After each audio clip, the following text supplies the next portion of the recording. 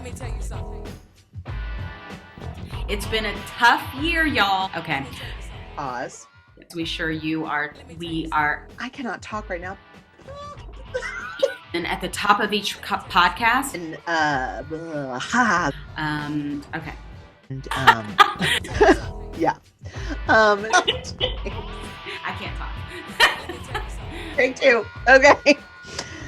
Welcome to season 2 of Voices Amped. I'm Ellie Clark. And I'm Vanessa Becker Weig, and we are your hosts. We are thrilled to have you join us as we jump into season 2 with more artists, organizers, and activists sharing their journeys, their work, and all of their wisdom. We were energized last season by our guests and their passion for making change in their own lives and the lives of those in their community. We are honored to share the space with them. A little bit different this season. At the top of each podcast, Vanessa and I will be bringing you some real talk. Last season was real talk, but Vanessa and I have been going through a lot, and it's been one of the toughest years of my life.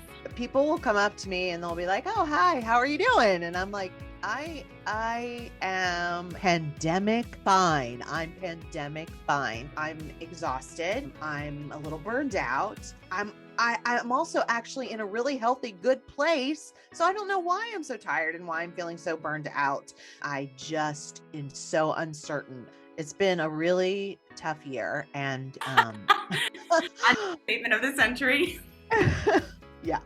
We will also have some short bonus episodes documenting our new Bodies Amped project. So we invite you, our listeners, to reach out with conversations you're interested in having as well. So email us, Ellie@voicesamplified.net or Vanessa@voicesamplified.net. Join us and our guest in season 2 of Voices Amped. Voices Amped, season 2. Vanessa and I just want to reflect on season 1. And first, I guess we should say thank you to the amazing artists we had in season 1. Yeah. So inspiring. The conversations kept me going and kept my mind out of dark places sometimes, I think. Yeah. And centered and grounded and put attention and focus on what was important. Mm-hmm. Everybody offered so much valuable, thoughtful topics. Mm-hmm. And maybe all of us believe during the pandemic, maybe I am an introvert. Because maybe we all had to tell ourselves that.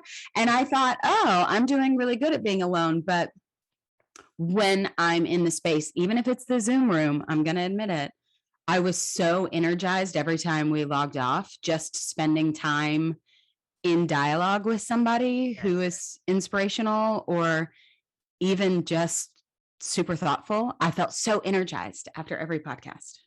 Well, a couple of things that struck me in season 1 that I was so energized by actually involve being an extrovert. So I'm looking forward to the day when I can really bring my extrovert back, because I loved Tanya Torp's idea of radical hospitality, and the fact that she had over 100 people that were strangers at her wedding. Now, I'm not saying that I necessarily need to open my house to 100 strangers, as my husband, I'm sure, is down there panicking hearing me say that. But it really just the thought of engaging with strangers and opening up your heart to your neighborhood was so inspiring to me. And then Ellen Hagen and her dinner parties. And she introduced us to these curiosity cards, which I highly recommend, that we've started using in our Bodies Amped program.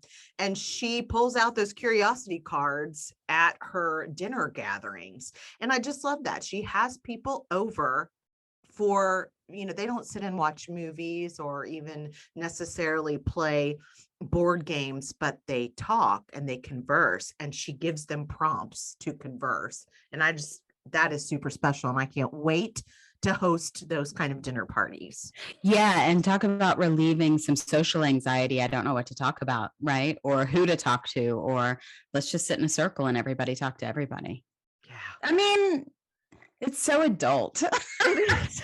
And it's so, I mean, maybe we could point out one thing about everybody, just go back and listen, but interviewing our alumni, Rena and Rafa and Lexi, having them on the show, Rena talking about this idea of body neutrality instead of it having to be body positivity or, body shaming. It's just like, can we see this as a vessel that encompasses so many complicated things, and instead of like toxic positivity or toxicity about your body, just being body neutral and not having to force your attention to be positive or negative, but neutral on the idea of it's a vessel. I mean, so smart.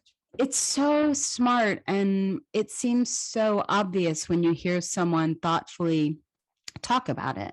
And Rafa, Margaret and I think we interviewed, I think that podcast was 2 hours, and Henry Layton was like, that was such a long podcast. And I thought for sure I would get through half of it. He's like, I couldn't turn it off. She is such a light.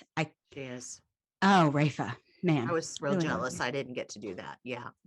No. Yeah, she is a light. And the Activate students coming on. I mean, it was just, I don't know. I wonder as our whole lives are based on social media, marketing, content. What are you selling? What are you offering? What are you putting out there? It's so hard to narrow a path and just say, yes. Can we just bring amazing humans into a room and talk and not have to define it for you? And maybe that'll lower our listeners, how many people we get drawn to our podcast. But it's like you said, just for us, and for them to get to share space, all of us, is special. Well, and I think it's in right now where we're at. I don't know that it's really difficult to focus in on anything specific. I mean, everybody's all over the place right now. And so finding inspiration all over the place, I think is important. And so I'm excited about our journey in season 2 in finding more inspiration in how to manage this time because day by day, that's all we're trying to do. Yeah. So now we're marketing survival and inspiration. Right. Oh, and I have to tell listeners, if you listen to Jessica Green's podcast and how vulnerable she was in having her first miracle baby, she's pregnant again. Yes. Miracle baby number 2. It's just incredible. And that kind of vulnerability, I really, I felt like it was such, I don't want to say it was a joy. It was an honor to share that with so many guests, to share their vulnerability, to share part of ourselves. I know I joked a lot during my 50th birthday podcast about dreading it and all of that. But really and truly, there was a part of me that really had to open up about my just anxiety about this weird number and this place that I'm like, there is no way that is the age that I'm at. And but that podcast and bringing all of those women together, not all of them, but many of them that are so near and dear to my heart, to just share space and have some real talk about being a woman and aging, helped me a lot. So thank you all for that. Yeah. And I'm still daydreaming about Jen Joplin's church that she bought and made a home and a bar and a theater venue and a worship space. And who buys a church? And then we shut down for the pandemic anyway. Speaking of moving forward, I feel like both of us, well, sometimes not you in real time. Like if it's just you and I know when shit's happening. You like don't cover stuff well. You're like, this is hard. This is where I am. But I feel like when we start recording or we walk into the classroom together, we can always bring good energy. And because we get energized by teaching and this podcast, we can let stuff go at the door, or, leave it at the door and be in the space. And we're usually excited to be together and joyful to be in the space. But I think for season 2, I'm excited for you and I to be able to say, this is what I'm leaving at the door, or this is what lurks behind that door I closed when I walked into this room. Because I think just like our storytelling with the Girl Project and Voices Amplified, that telling your story is what gives people permission to begin to tell their story. And we've always encouraged it from our girls. And we know that healing comes from that storytelling. So to offer space, hopefully at the beginning of each podcast, to say, this is what we're dealing with. Let us know, how you're coping or what you're listening to or where you're finding space to heal or make better choices or whatever it is. You and I really talk real, I feel like, well, and so sharing that and offering that as a part of this time, I think is going to be good for us. I do too. I think it's a level of vulnerability that, when you're an educator and when you're a performer, you're channeling a lot of that emotion and that energy into being, turning yourself on or whatever, and I've heard from a few people that I'm working to be better at cultivating friendships, because I'm finding that the older I get, the more difficult it is. And I'm finding that the perception of a lot of people is that I'm not so vulnerable, that, I try to just keep on going and be joyful and all of that. And I do, but I have some really hard days, and I know you do too. And we've seen that from each other. And so I agree, allowing that space, and not even necessarily having to make a joke about it, which I've realized that that's one of my tendencies. And honestly, it's one of yours as well. I laugh when I say the hard stuff. Yeah. Yeah. Yeah. So, I think that we all need to be able to be vulnerable and be real.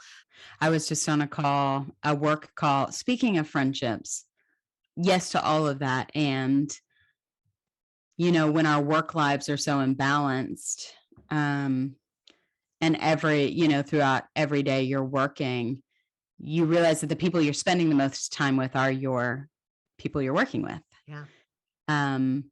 And so I struggle, not with us, but I think because we've known each other 10 years now. But in some of my newer relationships, there's a lot of I love yous, and I'm your cheerleader and way to go and good work at work. But sometimes when I see them, I don't know how much it means sometimes, because I'm like, you don't even know me. Yeah. Like, you know me at work. Yeah. You don't know me. You don't know the ugly me. You don't know the hard part me, which you and I have peeled that onion. Yeah. Yeah. And I think everybody does, but we feel like we have friends, and then we're like, oh, those are all people I worked with that I've developed relationships with because we work together. Yeah. And we don't make valuable time outside of that. And you and I talk about that a lot. Mm-hmm. Like every time we talk, it's about work. We need to have like the friendship phone call, not the work phone call. For people in theater specifically, we're so and performing, the performing arts, so we're so passionate about what we do. I talk about this with my husband all the time. He can't imagine having close relationships with the people that he works with. Like, he's a librarian. Well, but for me, I cannot remember a time that I haven't been close to the people that I work with, because typically in a theater company, there's just, you're working so much together that you really have to find a way to develop that relationship.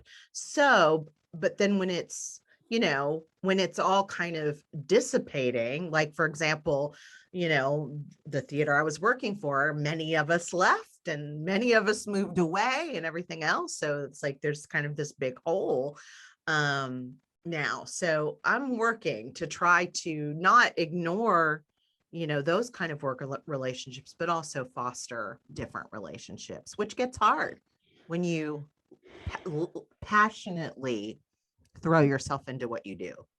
Yeah. Yeah. And our work relationship is different because we chose this and created it together. We weren't both hired to do this. Definitely a passion project. So I was on the phone this morning with a work call, and this wonderful woman I work with, Liza Jane, was like, how are you? How are your emotions? Because she knows my aunt passed away. And she was like, how are you dealing? And it was like right before multiple other people joined. So I was like, I'm going to a cabin with my mom and my sister and nephews on Monday. So I have Monday to Wednesday. She's like, oh, so you scheduled your grief into your calendar? It's like, Liza. And then everybody popped up on the screen and the conversation was done. But interesting that you have to keep going. And how does that affect and how does that wear? And my grief in life does pop up. Like when my cousin died a year ago, I remember just months after being taken to my knees. Evan had gone to bed. I was watching this show and I just out of the blue got totally wrecked and like had to go into the bedroom and shut the second bedroom and shut the door, and like on my knees weeping months. It's just amazing how grief catches you off guard in moments when you find yourself alone and it's quiet. But I've been so busy since my aunt passed that like I've been on set. I've been at work. Evan hasn't been here. We have this vacation coming up with my mom. We have this cabin coming up with my mom. So I'm like, okay, so I guess something will come there because I haven't given it space anywhere else. I've been really doing a lot to keep it at bay because I have all these things I need to do. It's terrible. That's how we function. And I watch myself do it. Like I watch myself just get busy so that I don't have to think about other things. I'm better since, pandemic. I'm better at trying to deal with myself and be with myself. So let's ask, since we were doing your interview, you were one of the first interviews we did in season 1. You were the first interview that we released, and you were like very new to this massive health journey and shift in leaving a job, really making space for yourself, really getting healthy. How is it going a year later? Well, the good news is that I have maintained it for the most part. That's the good news. That's amazing. Is there bad news to that? Well, the bad news is that, like, in terms of just like health and, number weight loss journey, I've definitely plateaued. And I've plateaued in a place where like maybe I'm reintroducing some of the things I ought not be eating occasionally, but at least I'm only eating it occasionally, and it doesn't seem to be affecting anything.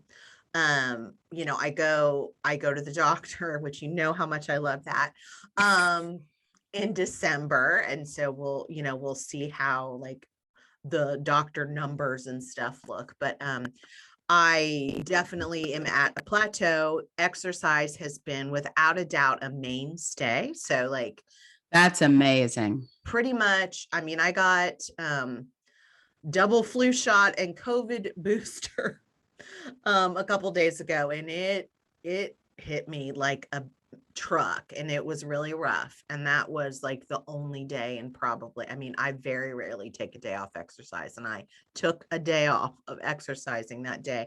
But I think that has a lot to do with my exercise routine is what's helped me maintain. It's also helped me, like, I'm emotionally unbalanced if I don't do it.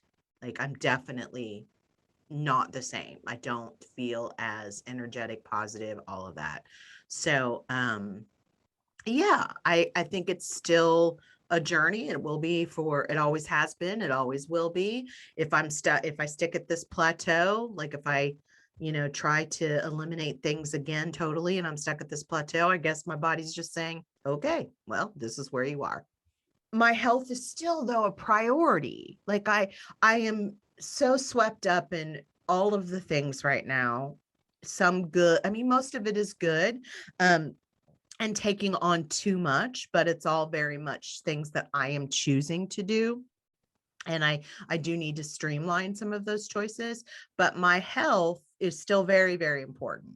It's like, you're going to take this hour to 2 hours a day, and you are going to do X, Y, and Z, no matter what. And what about you? Since that first interview, I mean, you've got a lot going on, and a lot's come to a head since that time. And yeah, I think I can barely remember all the things we talked about in that first interview, but I think I was feeling good. I was like, wow, the pandemic has given me time to think and reflect, and I'm surprised how well I'm doing. And I would say January of last year, I was not doing good, and pretty much haven't been doing great ever since. Speaking of that laughing, I think that I've been questioning so much. Like, what am I doing? What is valuable to me?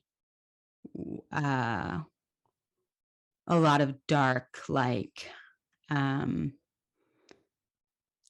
just toxic thoughts about self, about choices, about, is this what I really want? And if the answer is yes, will I ever get it? Like, I'm 40 and it hasn't happened yet. So what makes me think, and does it make me happy, which is really a struggle, like the things you've always done, the things, that you've put your heart and soul into. And, I don't like to talk to people about it, because every time I do, people try to fix it. Because the people I talk to about love me so much, and I know that, but I don't need you to fix it. So I just don't talk about it. And the people I've said, like, I don't know if teaching is bringing me joy. Every time before I teach, I have so much anxiety about being the one who's consistently generating the creativity. In the classroom as the teacher, I mean, that's our job as the teacher. It's bringing me more anxiety and stress and resentment than it ever has. And I say that, and the people I have, the maybe 2 people I've confided in, are like, but you are a teacher. And I'm like, that's problematic to say when I'm really telling you that I might be struggling with this right now. Yeah. And I think they're right. I think inherently I do have a desire to teach, but when somebody's, and I think they're giving positive reinforcement. And I'm a fixer. Like, somebody talks to me, I'm like, this, let's make it better. And I really see where that is problematic. And it doesn't give me permission to say it out loud, because I don't want to have to listen to them for an hour, try to make it better for me. But I bet if they didn't say anything and they just listened, I would be like, well, you could have said something nice. So I don't know, I don't know what it would feel like the other way, but Anyway, since then, I have booked some work that makes me feel like, oh, this isn't impossible. This is possible. And I just have to maintain, but it's been really hard. And then we are still in this pandemic. So I'm like, if I want to make other choices, I'm lucky to have a job right now. Yeah. I'm lucky to have a house. I'm lucky that I can pursue to some degree, film and TV right now, with the job that I'm doing. So is it the right time to make change? Right. And do I want to make change? And sometimes it feels really good. Sometimes it is hard. So it's all really complicated to navigate when you have a mortgage and no retirement at age 42. People, that's hard for people to understand. I have no lessons in what retirement means. I barely know, what Social Security is. I'm like, do I have any Social Security? I've worked an awful lot of jobs and paid an awful lot of money to that thing. Yeah. And it might not exist by the time we're ready. Right. Yeah. Mm-hmm. So it's just really overwhelming, and it's hard. And I'm having to accept more and more that I'm not in a good place, and being okay with that, because I'm used to either being in a good place or working so much that I don't really have time to think about it anyway. I don't think I realized how burned out I am. We've talked about this, but I really had the understanding my whole life that burnout is when you're overworked. And I didn't comprehend that burnout can come from not having a place to put your focus and energy. Yeah.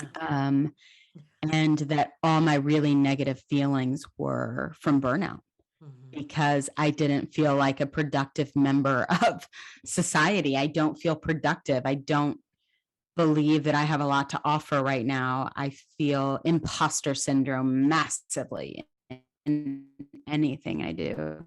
And I think that's all from burnout. Yeah. I must be experiencing or have experienced that as well. Yes. Yes. I think it would be fun for us to get into a mindset and manifest ideas for guests.